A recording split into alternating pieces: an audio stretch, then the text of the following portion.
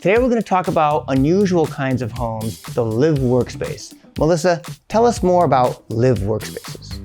Well, it's kind of what it sounds like, TW. I mean, a lot of my clients are artists and entrepreneurs, and they want to live and work in the same building. So they're trying to buy one building that will, help them with both of those goals. And it's really possible, but it really comes down to figuring out what type of work you need to do and what's the best zoning for that, and then your budget. So what can you afford? Where can we look that we might be able to find the property that fits your needs? I see. So what do these look like? What are we talking about? Well, I think the sexiest one a lot of people think about is, I want to live in a warehouse and have a big loft space.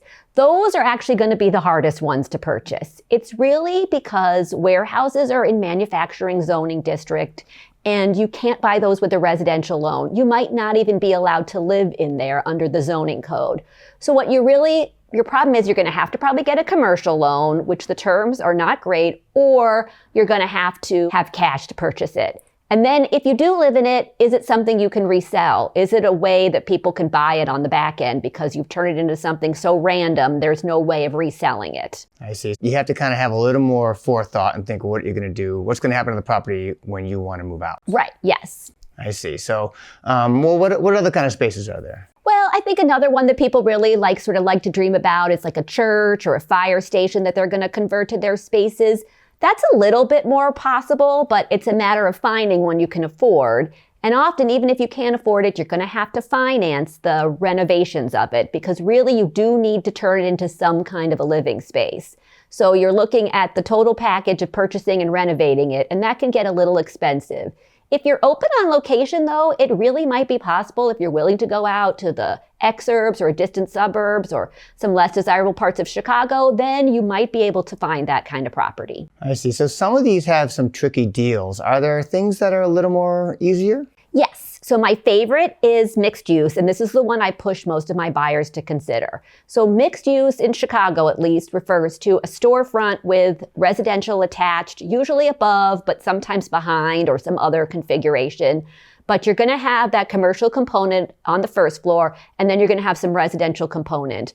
So there's a couple of types of loans you have to consider there, but if it fits into certain boxes, you can get an FHA loan on a mixed-use property, and that allows you to have a low down payment, normal loan terms, 30-year fixed, all those good things. Basically, it has to be a little bit more residential, 51% versus the commercial. But that's actually surprisingly doable because even if it seems like it's 50-50, as long as the staircase going up gets counted as residential, you're fine. You're 51%. I see. So, but if I really wanted to be in a warehouse, I just needed that kind of space to hold my car collection or whatever it was. Is there an easier way to do that? What are the possibilities? Yeah, so I think the other alternative is to look for something that's been downzoned. So it's normal in all municipalities that there is a warehouse or a storefront in a kind of a residential area, and through the years that it exists, it gets turned into a fully residential zoning.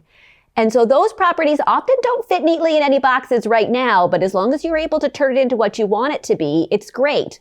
Storefronts are probably the easiest ones to incorporate into your living space, but I've had clients buy an old warehouse that's been downzoned to residential, or even an garage that's been downzoned to residential, and turn it into a home.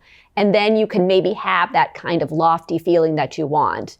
I would say there's another category, which is just, there are a lot of just random properties in Chicago where there may be a tiny warehouse behind a 2-flat or a huge garage or something like that that could be converted that's just not meeting any normal boxes.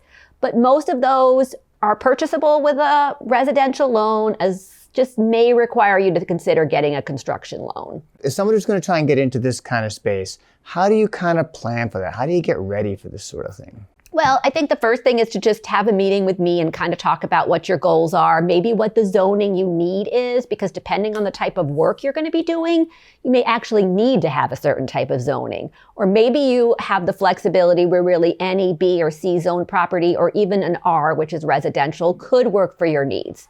If you're just doing studio space, chances are, as long as you're just like doing painting or print shop, you don't need special zoning for that. And then I really encourage people to talk to lenders. I have a great list of lenders that I would recommend. These are people that understand how the FHA program can work with mixed use. I have a handful of lenders that can actually toggle between residential and commercial.